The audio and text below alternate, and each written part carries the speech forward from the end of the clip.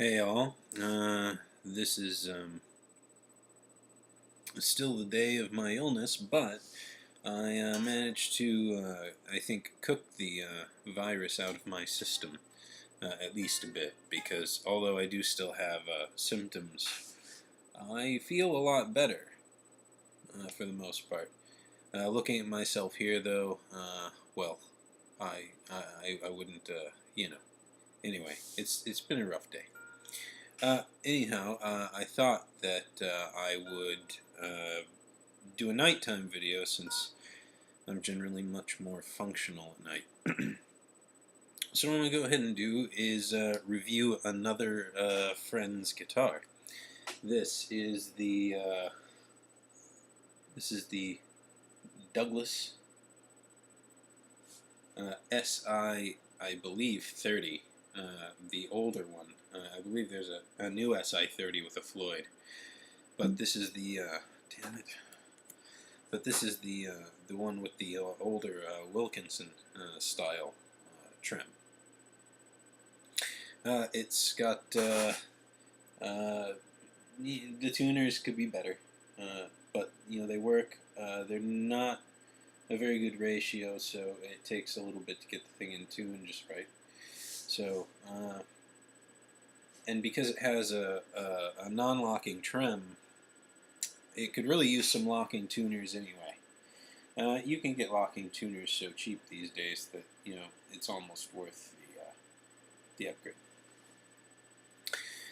There was some water damage in the house this was stored in, and it looks like the humidity's done something not so nice to the rosewood on the fretboard. I don't know if you can see that. It's not showing up well. Right there, you can tell it's really discolored. It looks kind of cool, actually. It looks kind of worn from a distance, like someone's been playing it a lot, but that's not actually what's happened, So there is some fretboard damage, but that's not the...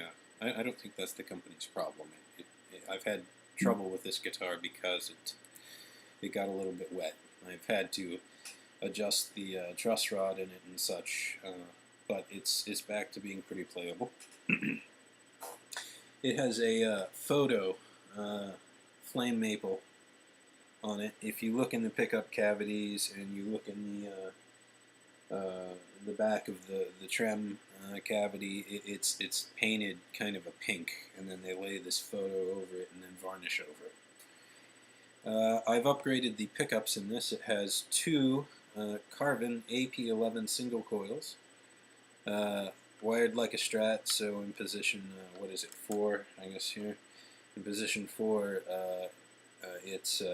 they're wired parallel, and in position 2, it's parallel with the Mighty Mite motherbucker that I've installed in the bridge here. It's it looks okay if you don't look at it too close. This is what I've heard people refer to as a 5-foot finish, in that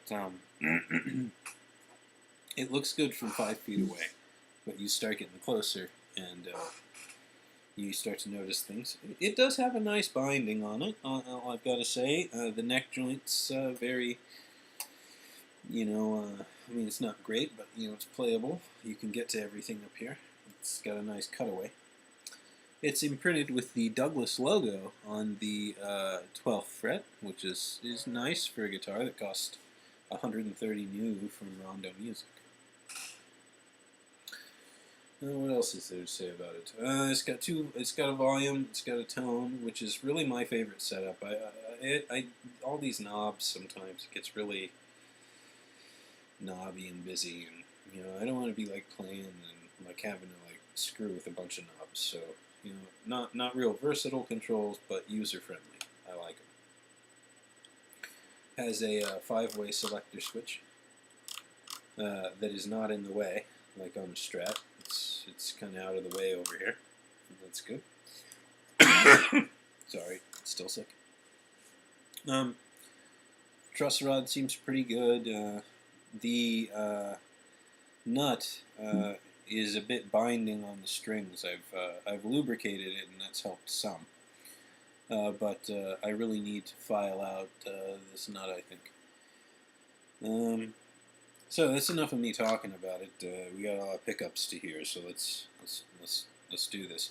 Again, this is just the standard clean that comes up in amplitude. So I'm going to go through everything clean first. This is the neck single coil.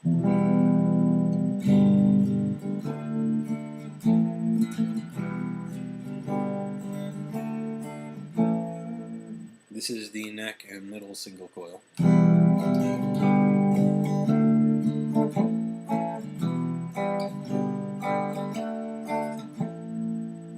This is the middle single coil. And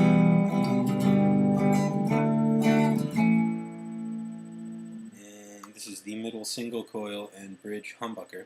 No coil taps or anything installed in this guitar right now.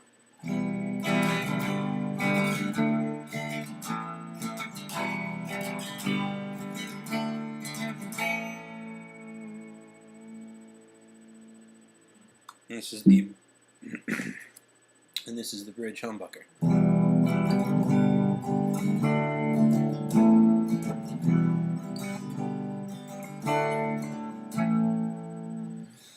You know, people complain about these Mighty Mite motherbuckers, but one of the big problems is getting them wired right. And I think, you know, once you get them wired the right way, they actually sound, you know, pretty good. So I kind of like that one. Let's change things up a bit here. I'm going to go to my standard lead preset that I like in Amplitude here, which is the Passion and Warfare. I also like Sivolin, but I think I'm going to just stick with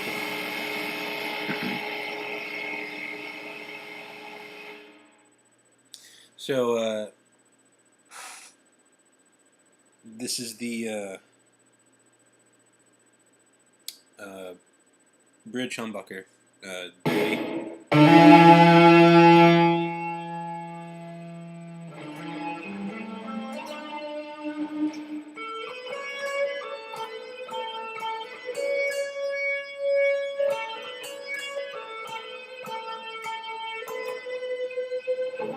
This is the bridge humbucker and middle single coil dirty.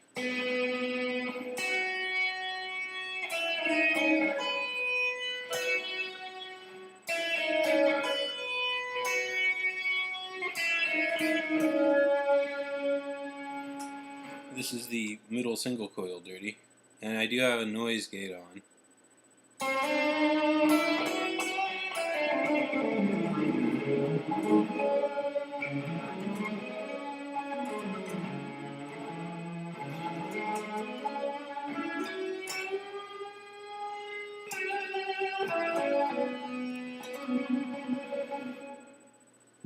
See that noise gate? I'm like touching that string and it's not. I do have to have the noise gate on higher with this guitar. I think the motherbucker's got some pretty high output. It's like 22K, so it's pretty loud sometimes. This is the two single coils in parallel dirty.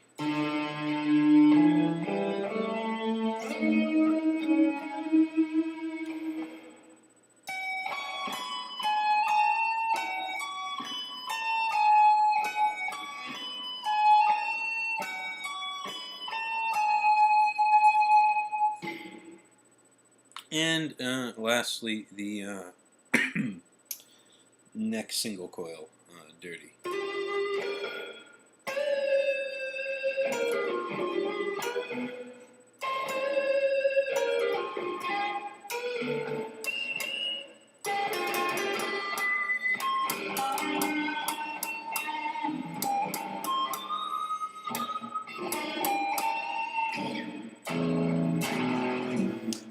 And then, you know, a lot of people probably wonder about a Wilkinson trem and what it's like.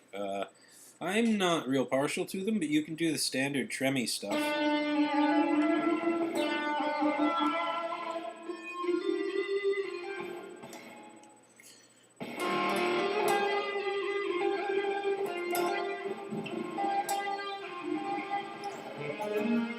You can even pull off some dime coils strings on the G string here.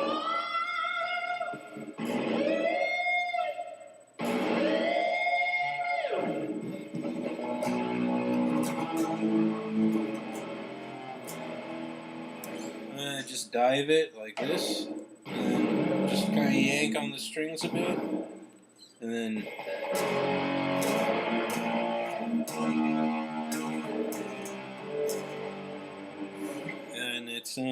it's more or less in tune.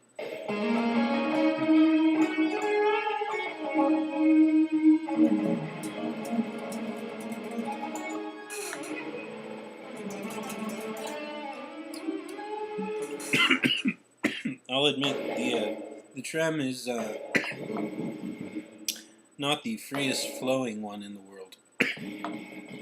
It makes a bit of a knocking sound.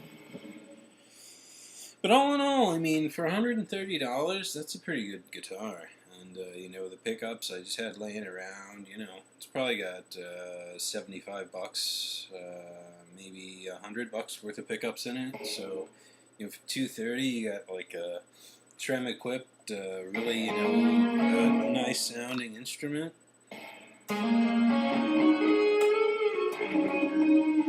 Maple neck, by the way. Bolt on, maple neck. Not so good quality rosewood fingerboard.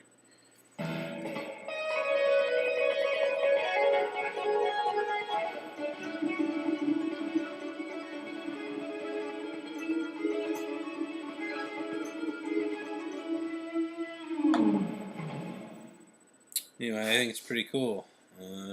Maybe if I got another guitar laying around here, I'll do that too. Anyway, for now, guys, good night.